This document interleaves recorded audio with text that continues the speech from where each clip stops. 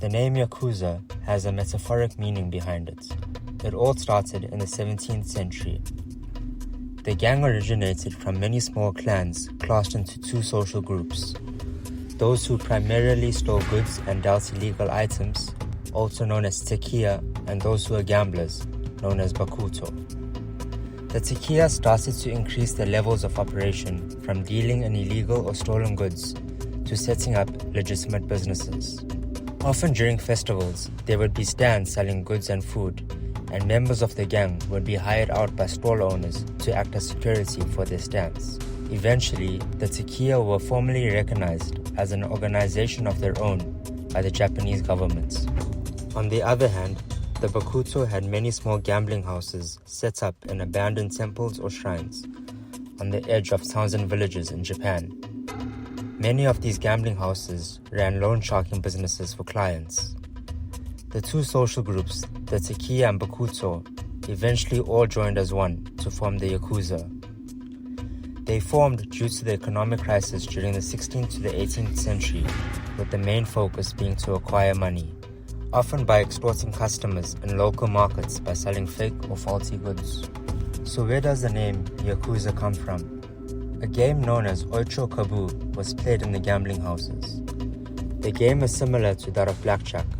Basically, 3 cards are drawn and the goal is to score 9. If the score exceeds 9, then the second digit of the score is used. So if the cards add up to 14, 4 is the score. However, if the cards add up to 10 or 20, then the score is 0.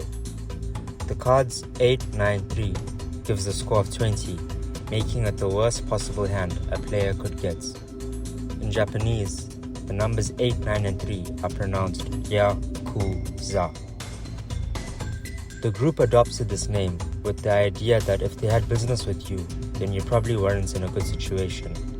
The name literally translates to good for nothing.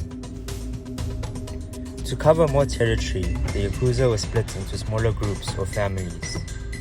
Having to control such a large territory, both in Japan and internationally, they have a complex organizational structure. There's an overall boss, the Oyabun, and directly beneath him is the second in the chain of command, the Wakagashira.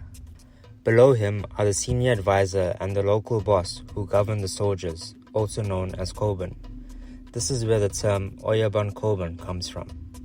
The Koban are split into older and younger brothers, depending on their age and rank within the gang. Each member's connection is ranked by the hierarchy of Sakazuki, the sake sharing. Oyabun is at the top and controls various Psycho Koman, senior advisors. The Psycho Koman control their own turfs in different areas or cities. They have their own underlings, including other underbosses, advisors, accountants, and enforcers. As mentioned, the Yakuza does not consist of just one group. Rather, there are many different syndicate groups that together form one of the largest organized crime groups in the world. The 3 main ones are as follows. The Yamaguchi-gumi, the largest Yakuza family, accounting for 30% of all Yakuza in Japan, with more than 8,200 members as of 2020. From its headquarters in Kobe, it directs criminal activities throughout Japan. It is also involved in operations in Asia and the United States. The Sumiyoshi Kai is the second largest Yakuza family, with an estimated 4,200 members. The Sumiyoshi Kai is a confederation of smaller Yakuza groups. The Inigawa Kai is the third largest Yakuza family in Japan, with roughly 3,300 members. It is based in the Tokyo-Yokohama area and was one of the first Yakuza families to expand its operations outside of Japan. These groups often work in harmony together, but wars do break out occasionally.